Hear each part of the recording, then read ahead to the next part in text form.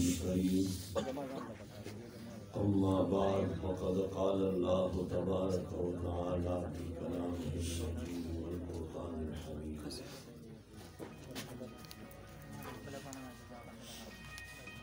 من يريد الله به خيرا يفقهه في الدين قال رسول الله صلى الله عليه وسلم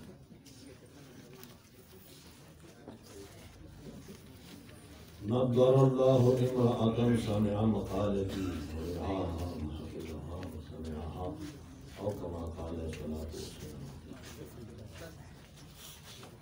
حاضرين معززين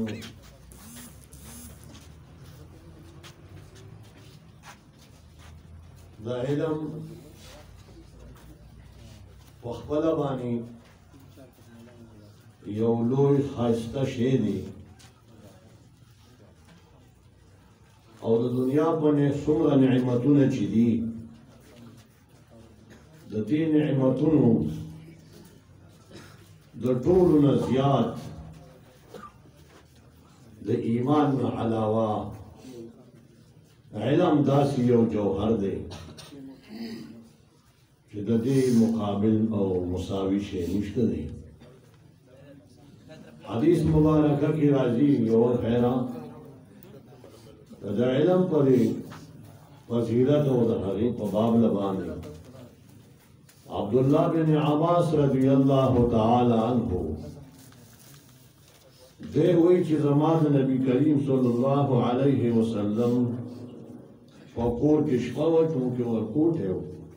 بخاري دا حدیث په څو ځایونو کې نقل کړی دی په جدا جدا عنواناتو باندې. رسول الله صلی الله علیه وسلم یو پیرا قضای حاجت تفاسد ما ولو براوړي بمې تیارې کې خوري.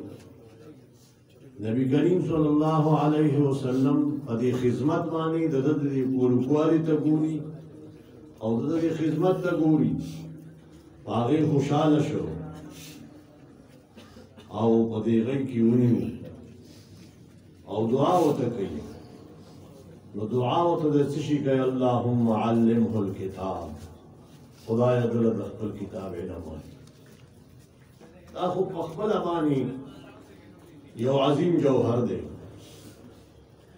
او کله چې داسې دغه عظیم جوهر دا د داسې شخصیت نصیب شي چې هغه د هغې په قدر پوهېږي، د هغې په عزت پوهېږي، داسې افراد ډېر کم میلاویږي.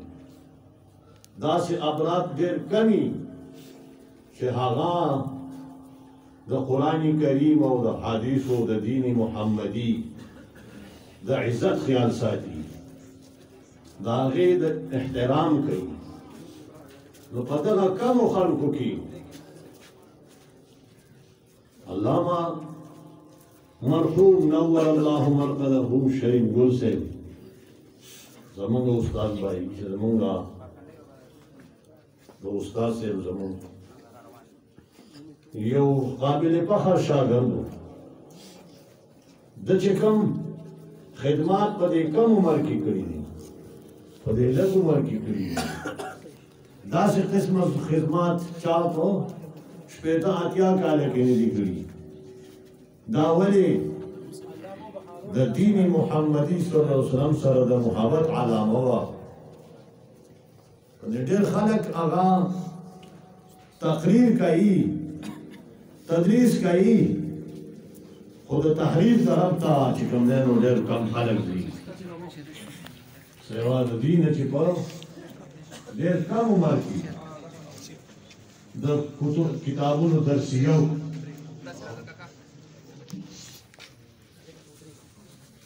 د کتبو درسیو کم شروع د طلباو د ذهن د کولا وهلو د هغې چې کوم څه کړي دي هغه پټ نه دي.